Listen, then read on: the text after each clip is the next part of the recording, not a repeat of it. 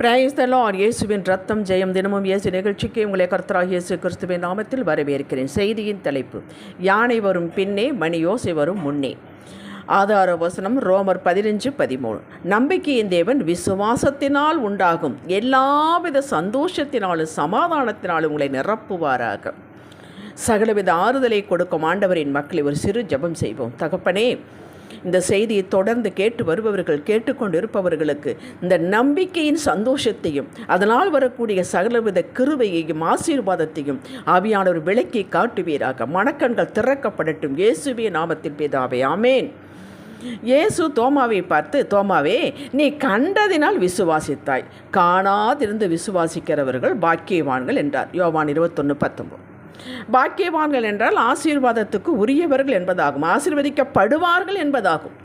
தோமா, நான் இயேசுவை பார்த்து அவர் காயங்கள் என் விரலை விட்டு என் கையை அவருடைய விழாவிலே போட்டாழ ஒழிய விசுவாசிக்க மாட்டேன் என்றான். அதாவது, நான் அவரை என் சொந்த கண்களால் பார்த்து காயங்கள் தழும்புகளை கண்டால்தான் நம்புவேன் என்றான். இதற்கு பெயர் நம்பிக்கை இல்லை. பார்த்தபின், கிடைத்தபின், நடந்தபின் நான் நம்புவேன் என்பது பொருளற்றது. எதுவுமே நடக்காத போதும், நடப்பதற்கு சாத்தியக்கூறு இல்லாத போதும், கொடுக்கப்பட்ட வாக்கிற்கு எதிர்மறையாக நடக்கிற போதும் இவைகளையெல்லாம் ஓரங்கட்டிவிட்டு முழுமையாக கர்த்தர் சொன்னது நிறைவேறியே தீரும், நான் நம்புகிறேன், உறுதியாய் நம்புகிறேன், இதுதான் விசுவாசம் என்றால் இதைத்தான் விசுவாசம் என்று தேவன் அங்கீகரிக்கிறார். இந்த விசுவாசம் ஒரு ரிலாக்ஸேஷனை முதலில் உங்களில் உண்டாக்கும். உள்ளம் சந்தோஷப்படும். இந்த சந்தோஷத்தை தான் கர்த்தர் எதிர்பார்க்கிறார். கண்ணில் பார்த்தபின் உண்டாகும் ஒரு ரிலாக்ஸேஷன், மகிழ்ச்சி ஏற்படும். இது தற்காலிகமானது. கொடுத்தால், ஏற்றுக்கொண்டால், பெற்றுக்கொண்டால், நடந்து முடிந்துவிட்டால் உண்டாகும் மகிழ்ச்சி கொஞ்ச நேரம்தான் இருக்கும். பின் வேறு எதையாவது உள்ளம் எதிர்பார்க்கும். இது மாமிசக்கிரியை. ரோமர் 4:17-21 வரை வாசியுங்கள். இவைகள் உயிர்ப்பிக்கும் வசனங்கள். ஆபிரகாம் ஒன்றை எண்ணவில்லை, சட்டமெண்ணவில்லை, அசட்டை பண்ணினான், தள்ளிவிட்டான். இனி ஒன்றை பிடித்து கொண்டான், அதையே எண்ணினான். எதை? தனக்கு ஏறக்குரிய 100 வயதாகிவிட்டதையும் தன் சரீரம் செத்து போனதையும் சாராளின் கற்பம் செத்து போனதையும் இவன் எண்ணவில்லை.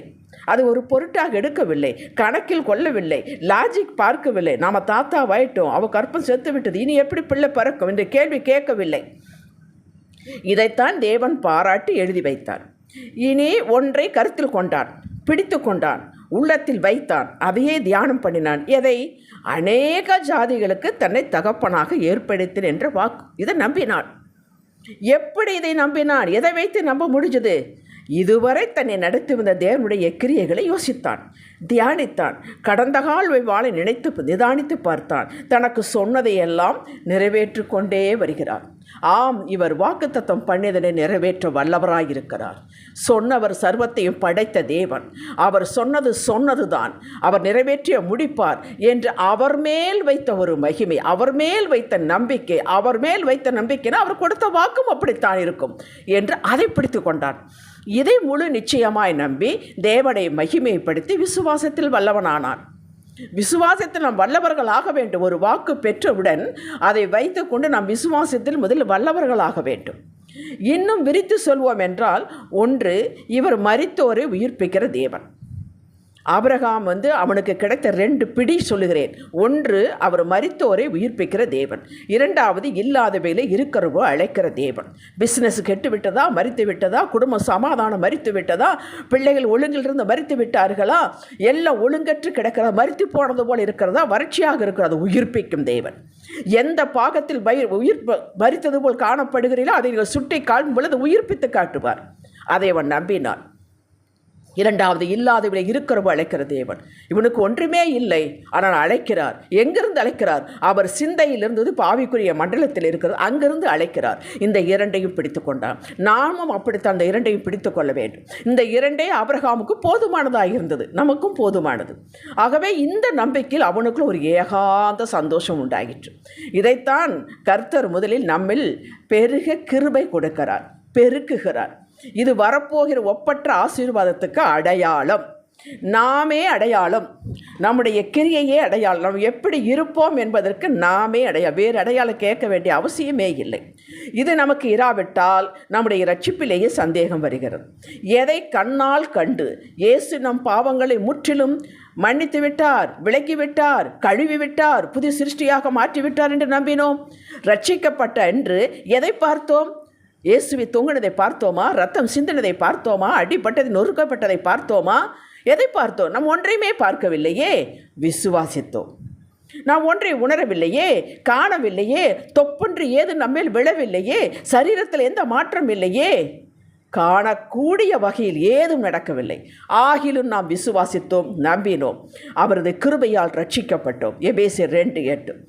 அன்று ஆனந்தமாக சந்தோஷமாக இருந்தோம். எதை வைத்து? இனி நான் பாவி அல்ல, என் பாவம் முழுவதும் போய்விட்டது, நான் நீதிமான், தனிமையானவள் அல்ல, திக்கற்றவன் அல்ல, தேவனே எனக்குள் வந்துவிட்டார், தேவ நீதி என் மேல் விழுந்து விட்டது, இனி நான் நீதிமான். நீதிமான்களுக்குரிய அத்தனை ஆசீர்வாதம் எனக்குரியது. எங்கிருந்து கற்றோம்? யார் சொன்னது? வேதத்திலிருந்து. வேதம் எழுதி வைத்திருக்கிறது அத்தனையும், அதிலிருந்து எடுத்துக்கொண்டோம், அப்படியே நம்பினோம்.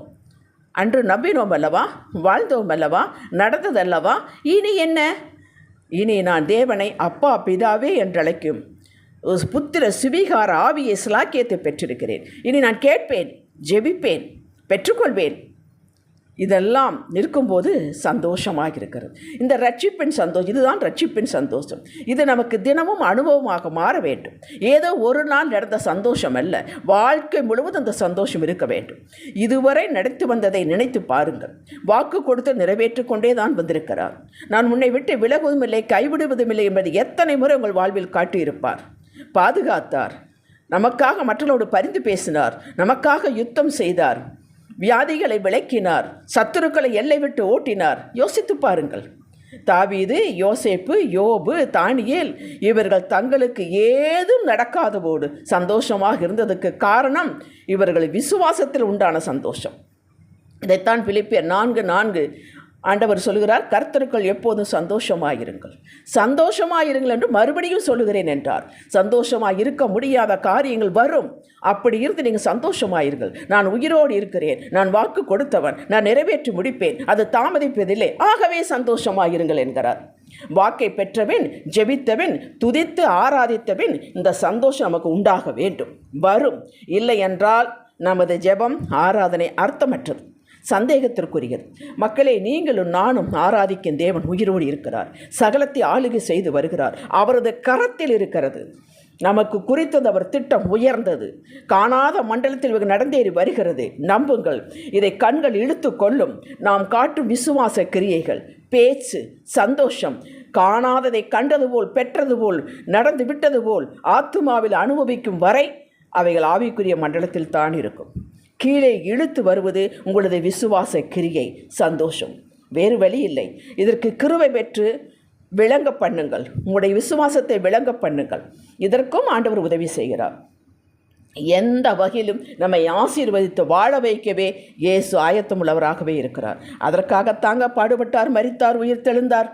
வேதத்தில் ஒருவன் கேட்டானே, என் அவிசுவாசம் நீங்கும்படி ஏதாவது செய்யுமையா என்று மத்தேயு 17 ஆண்டவர் கோபிச்சு கொண்டாரா? இல்லையே. அவர் சொன்னார், மாமிசம் பலவீனம் உள்ளது, ஆவி உற்சாகம் உள்ளது என்று கர்த்தர் சொன்னார் அல்லவா? அப்படி நம்முடைய அவிசுவாசம் நீங்கும்படி செய்வார். நாம் பலவீன பாண்டல் என்பது அவருக்கு தெரியும். நமது பலவீனத்தை அறிக்கையிட்டு கிருபை பெற்று எழும்பி நிற்க வேண்டிய பொறுப்பு நம்முடையது. ஜெபிக்கலாம். கொடுத்த வாக்கிற்காக ஸ்தோத்திரம் தகப்பனே, என் ஜெபத்தை கேட்டதற்காக ஸ்தோத்திரம் தகப்பனே. அந்த விஷயம், அதாவது அத்தனையும் அதன் காலத்தை நிறைவேற்றப் போகிறதற்காக ஸ்தோத்திரம் ஆண்டவரே. நான் எழும்புவேன், உயருவேன், உமது நாம மகிமைக்காக வாழ்வேன், நிறைவாக சகலத்தையும் பெற்று சாட்சியாக வாழ்வேன். இயேசுவின் நாமத்தில் பிதாவே, ஆமென். ஹல்லேலூயா.